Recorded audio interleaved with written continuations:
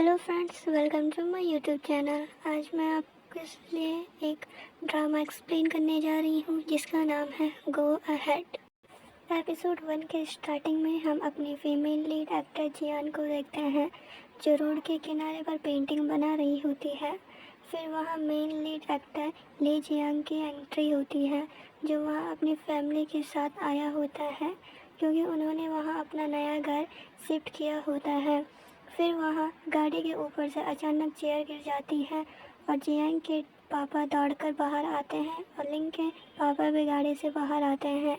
फिर उन दोनों के बीच मुलाकात होती है और लिंग के पापा उन्हें बताते हैं कि अब वे उनके नए पड़ोसी हैं।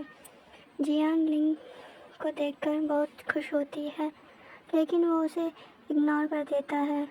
इसके बाद जियांग के पापा उसकी ड्राइंग देखते हैं जिसमें उसकी अपने माँ की ड्राइंग बनाई होती है क्योंकि उसकी माँ अब इस दुनिया में नहीं है।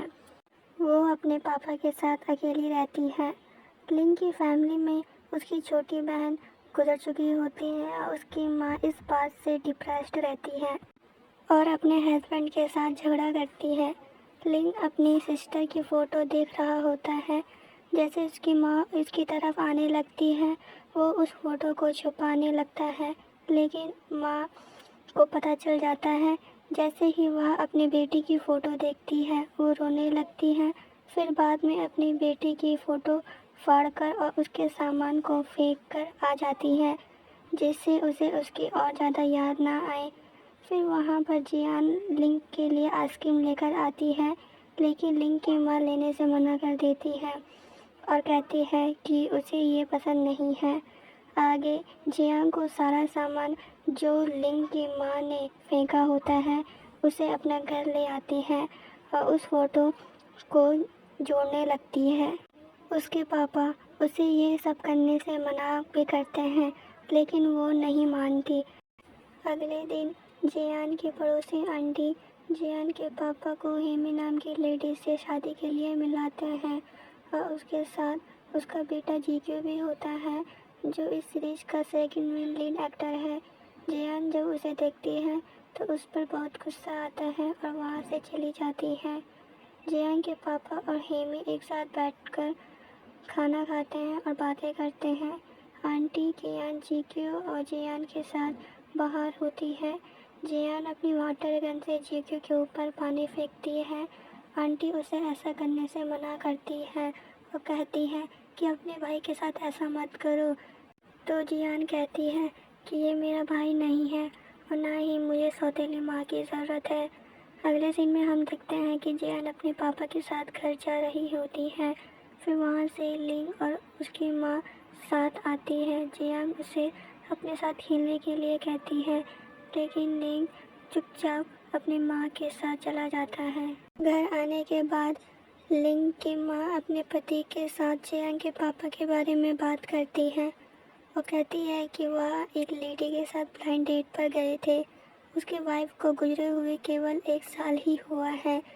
लिंग के पापा उसे समझाने की कोशिश करते हैं कि जियांग के पापा सच में एक अच्छे इंसान हैं लेकिन तभी लिंग की माँ को गुस्सा आ जाता है और वो वहाँ से चली जाती है। जियांग लिंग के लिए अखरोट लेकर आई थी लेकिन जैसे ही लिंग अखरोट को देखता है तो उसे फेंक देता है और जियांग को लगता है कि शायद उसे अखरोट पसंद नहीं है। उसके बाद लिंग के पापा उसे जियांग से माफ़ी मांगने के लिए कहते हैं क्योंकि उन लोगों को पता नहीं था कि उन्हें अखरोट क्यों पसंद नहीं है लेकिन उसकी माँ उसे मना कर देती है। फिर उसे फिर से उसकी बेटी की याद आती है और वो अपने पति के साथ लड़ाई करने लगती है और घर का सारा सामान इधर उधर फेंकने लगती है। बाद में लिंग पूरे घर की सफाई करता है। अगले दिन जीक्यू जियांग के रेस्टोरेंट में होता है और उसके टॉयज़ के साथ खेल रहा होता है। जियांग जैसे ही उसे देखती है तो उससे उसके सारे टॉयज़ लेने लगती है। जियांग के पापा उसे समझाने की कोशिश भी करते हैं।